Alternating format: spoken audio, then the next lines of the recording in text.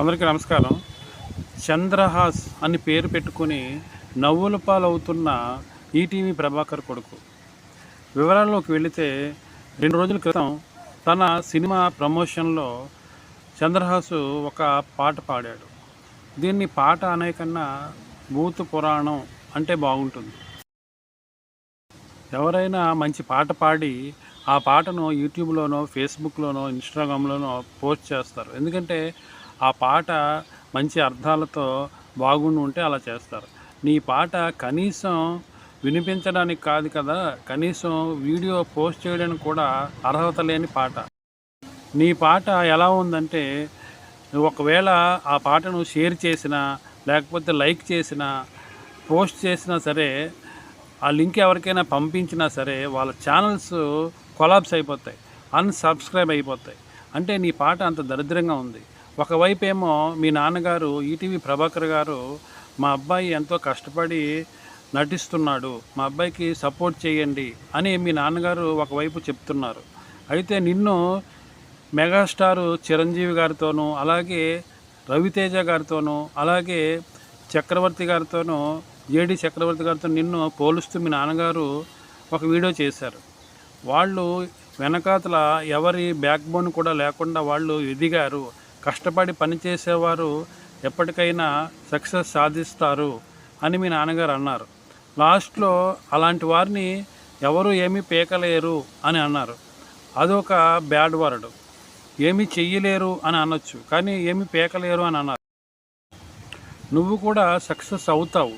ఎందుకంటే ఒకేసారి సక్సెస్ వచ్చేయాలి అంటే ఎవరికి కూడా రాదు. ఎంతో కష్టపడితే కానీ, కొన్ని ఏళ్ళు వెయిట్ చేసిన తర్వాత కానీ సక్సెస్ రాదు. చిరంజీవి గారికి ఖైదీ సినిమాతో సక్సెస్ వచ్చింది. ఎన్నో సినిమాలు చేశాక విలనంగా కూడా చిరంజీవి గారు చేశారు. అయితే మీ నాన్నగారు చెప్పినట్లు రవితేజ గారికి విక్రమార్కుడు సినిమా ద్వారా సక్సెస్ వచ్చింది. అలాగే జేడి చక్రవర్తి గారు గులాబీ, బొంబాయి ప్రియుడు ఇలాంటి సినిమాలతో సక్సెస్ వచ్చింది. అంతకుముందు శివ సినిమాలో కూడా జేడి చక్రవర్తి గారు విలన్ దగ్గర అసిస్టెంట్గా పనిచేసే రోల్స్, అలా చిన్న చిన్న రోల్స్ చేశాకే ఆయనకు సక్సెస్ వరించింది. అయితే ఇక్కడ మనం ఒకటి గమనించాలి. నువ్వు పాట పాడుతున్నప్పుడు మొట్టమొదటి పదమే భూత పదంతో స్టార్ట్ అవుతుంది. అయితే అలాంటప్పుడు ఆ పాటని నువ్వు పాడుతున్నప్పుడే వెంటనే ఆపేసి ఉంటే ఇంత కథ నడిచేది కాదు. అయితే నువ్వు ఆ పాట పాడుతుండగా కొందరు చప్పట్లు కొట్టారు, లేడీస్తో సహా. అంతేకాకుండా ఆ పాట పూర్తయిన తర్వాత అక్కడ ఉన్నవారందరూ కూడా చప్పట్లు కొట్టారు. అయితే మీ సినిమా ప్రమోషన్కి వచ్చినందుకు ఆది సాయి కుమార్ గారు, అలాగే జేడి చక్రవర్తి గారు కూడా బుక్ అయిపోయారు.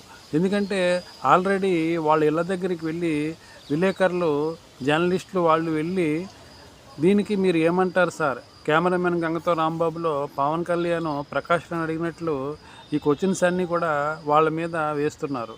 వాళ్ళు ఒక్కసారిగా షాక్ అయ్యి ఏం మాట్లాడాలో వాళ్ళకి తెలియట్లేదు. అయితే నువ్వు పాడిన పాటకు ఎవరైనా సరే రియాక్ట్ అవుతారు.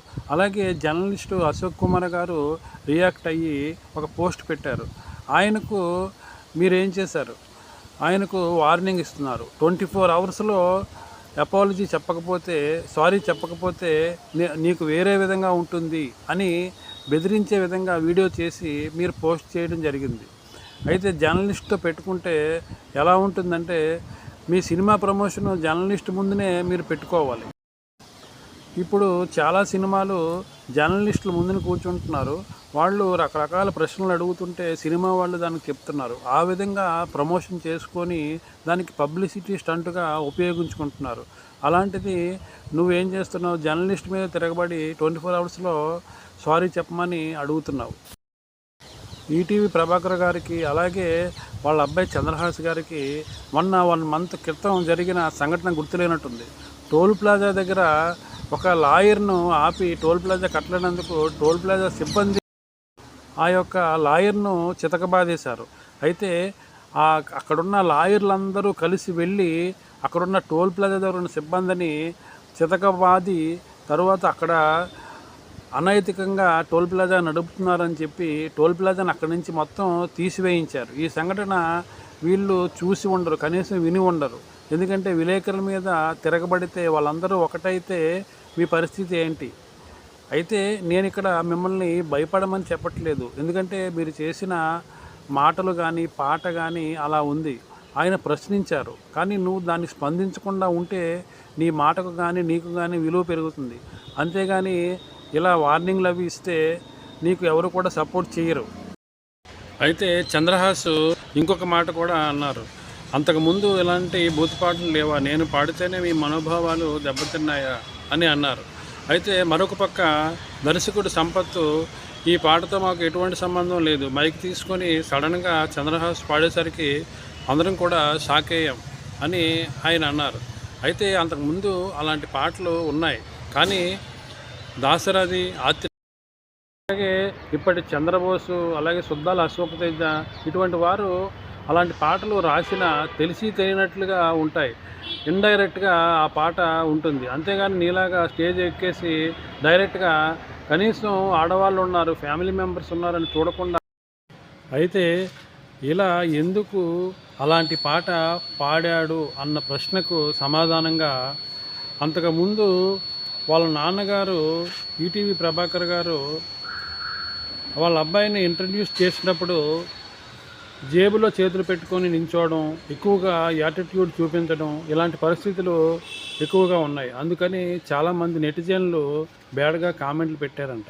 వారందరికీ కూడా సమాధానంగా ఇలా 2 మాటలను యాడ్ చేసి ఈ పాట రాయడం అలాగే తానే పాడడం జరిగిందని చంద్రహాస్ చెప్పడం జరిగింది. ఇలాంటివి ఏమైనా ఉంటే మొదట మీ నాన్నగారితో మాట్లాడి సలహా తీసుకొని కెమెరా ముందుకి రా, అంతేగాని ఇలాంటి వీడియోలు అవి కూడా నీ ఇష్టం వచ్చినట్లు చేస్తే ఎవరు కూడా అది రిసీవ్ చేసుకునే పరిస్థితి ప్రజెంట్ సిచ్యువేషన్లో, ఈ సోషల్ మీడియా సిచ్యువేషన్లో ప్రజెంట్ పరిస్థితిలో లేదు. ఈ వీడియో మీకు నచ్చినట్లయితే మీ కామెంట్ను, మీ అభిప్రాయాన్ని తెలియచేయండి. మరొక వీడియోతో మళ్ళీ కలుస్తాను. అందరికీ నమస్కారం.